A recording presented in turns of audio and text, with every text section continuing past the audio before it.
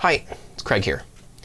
Today I have another taste test for you. This one, though, is a little bit special because it's a homebrew and it's kind of an attempt that I've made at a Sierra Nevada Pale Ale clone. The only time I've tasted it was when I first kegged it. It was flat going into the keg. And now it's time for me to have a try and see what I have. The taste I did when I kegged it was a little scary because it was very, very, very hoppy. Now I know that that particular style of beer is hoppy, so I expect that, but I hope it's tamed itself down just a little bit because it was a little much. Of course, I'll do my normal discussion after I taste my beer.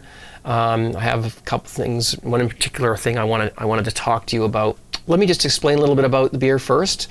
I wanted to make a beer. My local homebrew supplier is mostly a wine. He carries mostly wine products, and he's been wanting to get more into the beer aspect of things. He does carry the beer kits, but he wants to get more into the grains, the hops, and all that kind of stuff. So he's been kind of relying on me to find some recipes. So what he has, he's got some 2-row, he's got some Crystal 60, he's got three types of hops, and he's got, grain bags and all this stuff, just to get him started in this area. When he gets more customers and more people start rolling out his inventory, he'll build his inventory and have more and more different types of grains and hops in. That's what I'm looking forward to because it's just down the street for me, and I want to be able to walk down there and just get whatever I want. So I'm being loyal to him and working with him to try and achieve that. So with what he's got right now, I decided to make a recipe that I could do with what he has, and the Sierra Nevada Pale Ale fits the bill. The only difference is that I'll put the recipe up here of what I found online. I had to substitute which hop was that? Pearl hops. I had to substitute those for something else because I didn't have Pearl, so I put in the Northern Brewery hops instead. And I didn't have the yeast that they recommended, so I just used Cooper's yeast. Okay, so 2 things I changed. I think we should go get it. See you in a second. Well, there it is. Sierra Nevada Pale Ale clone. I used 2 cans of Cooper's light unhopped malt extract, and used the hops listed here, and the Crystal 60. I used 1 pound of Crystal 60, ground it up with a rolling pin inside of a bag. Okay, so again, very hands-on, a lot of fun. Well, let's take a look at it. It's a nice copper color. Okay. Head, nothing to write home about, but it's not bad, Okay, I'm hopeful because I don't smell. I mean, you should have smelled what was coming out of the airlock when this thing was fermenting. Wow, the whole basement smelled like grapefruit. But now, no, it's completely calmed. It seems as though I smell a citrusy flavor. It's like a grapefruit flavor, really.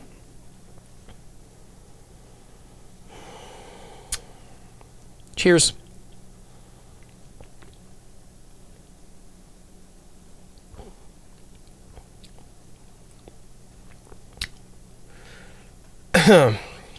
Wow, talk about hops.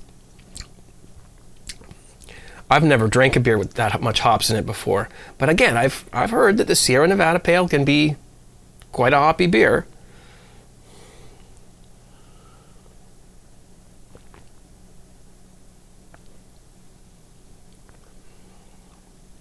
Good carbonation. The hops have really calmed down since I kegged this beer.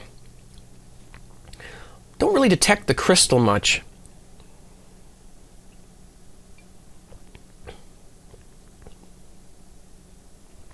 Maybe a little, but the hop profile is really overpowering. It really takes over. And if I had to do this again, which I probably will, because it's otherwise a good beer, but if I had to do it again, I think I might cut out the 5-minute hop edition.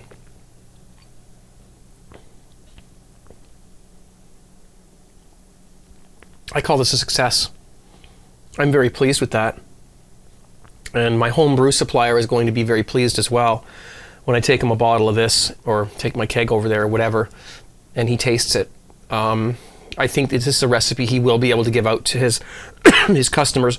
I think it's safe for him to give this away and say, maybe cut down on the finishing hops a little bit, the 5-minute edition, depending on how much the person likes hops. But again, you know, when you're drinking the beers we've got available to us up here, most people don't really know what hops is. They don't know what it tastes like, because we don't really have hoppy beers here, you know. But I got another video coming up. I'm going to be doing another batch, a different batch.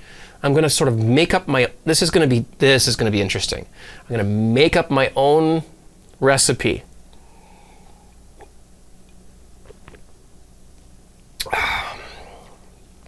Like it. Awesome.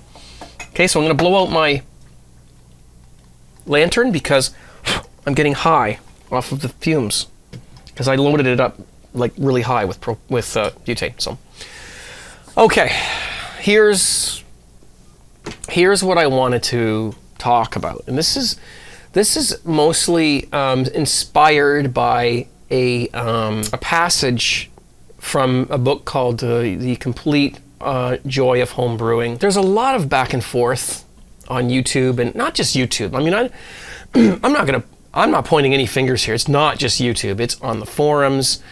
There's a constant battle going on between the different methods of brewing, and people are getting, well, it's taking the fun out of it. So what I want to basically say is that if you're a beginner, somebody who's just getting into the brewing arena, you're going to see a lot of conflicts. You're going to read people saying that, you know, brewing from a can sucks. You're going to read people saying that all grain brewing takes way too long and is too complicated. You're going to read it from all angles, or you may see videos it from all angles. You know, if you're down in the States, you tend to say, well, if I want to make beer, I've said this before, if I want to make beer, it's because I want to make beer. I want to make it. I want to put, you know, all the stuff into it. Because you guys can go buy beer for pennies, you know, practically. I mean, your beer prices are so low compared to ours that for you to get into a hobby, it's because you want to do the hobby. You're approaching it from a hobby standpoint, right? But here, and in other countries too, when we think about home brewing, we're thinking like, wow, I want to pay these prices for beer. What can I do? I mean, what is there an alternative? Yes, there is. Bang, tomorrow you can be making beer, just like that. It's that easy, it's that simple. And wherever you want to go from there, however deep you want to go down the rabbit hole from there, is up to you. Well, there's another fellow YouTuber and friend of mine that also brews beer. She's done the Coopers, she's done Muntons, I don't know what. She's done the different cans. She's also done all grain, partials. She's done a lot of different things, experimented. Some of the beers she liked, some of the beers she didn't. And she's very honest, and I respect her immensely. Her opinions, her forthright truthfulness, honesty. Her YouTube name is SteelJan. She's given me permission to use this excerpt from one of her videos. She read a passage from the book, The Complete Joy of Homebrewing, and I just love the way she reads this, and it really brings the message home. And I really want you guys to, you know, go to her channel after this video and look at her other stuff, subscribe to her. You're going to love this lady. You're going to love this gal. She is the deal. And here she is reading this passage, which I think is an absolute inspiration to all homebrewers. I want to read you something, because all these fights back and forth with you can't make good beer out of a can, and all this back and forth is really just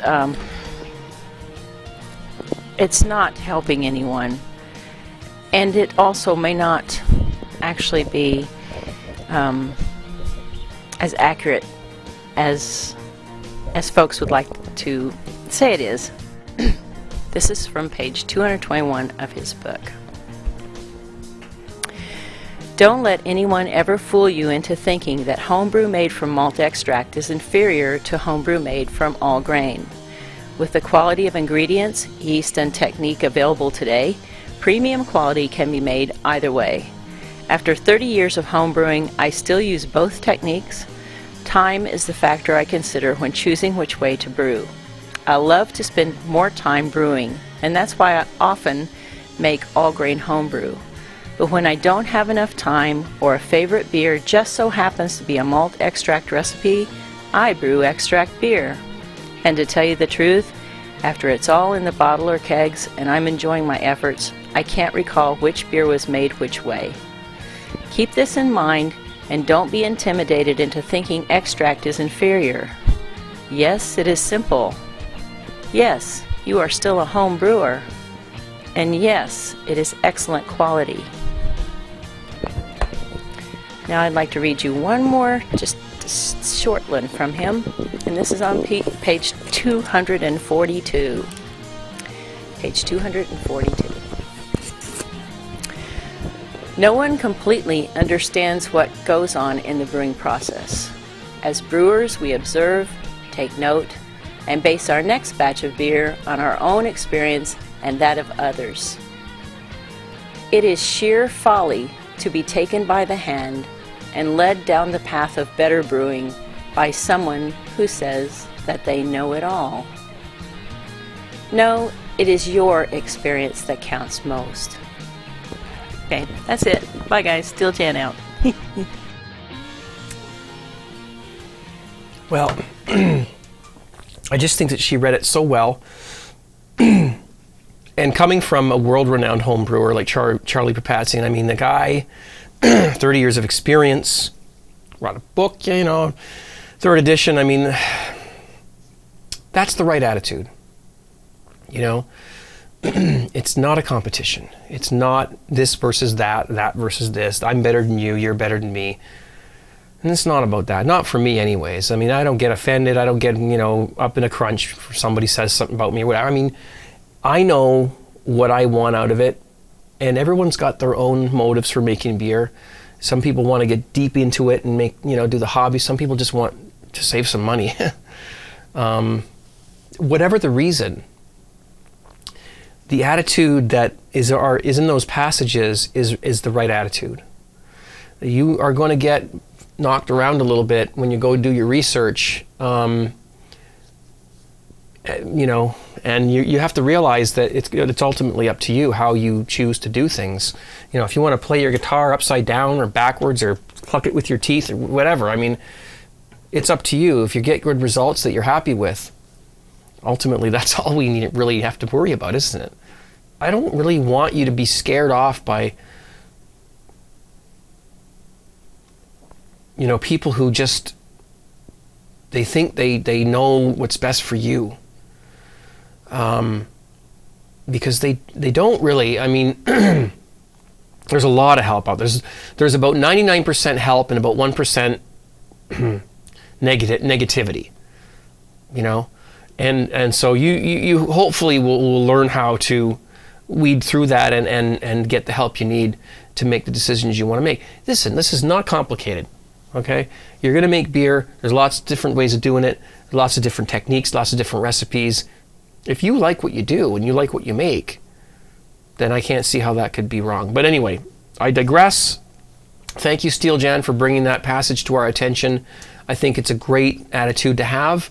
I'm sure it will fall on deaf ears in some minor cases, but hopefully for the most part, we can sort of all just help each other. I don't want anybody to feel intimidated by anybody else when it comes to home brewing. You do it the way you want to do it. You do it. You know the time you've got. You know the resources you have at hand. You know the reasons why you want to make beer. You make your decision that way. Don't let me, don't let anybody else sway you in any particular direction. You've got the information. You do it the way you feel fit to do it. For you. It's your beer. Cheers. Thanks for watching. See you next time.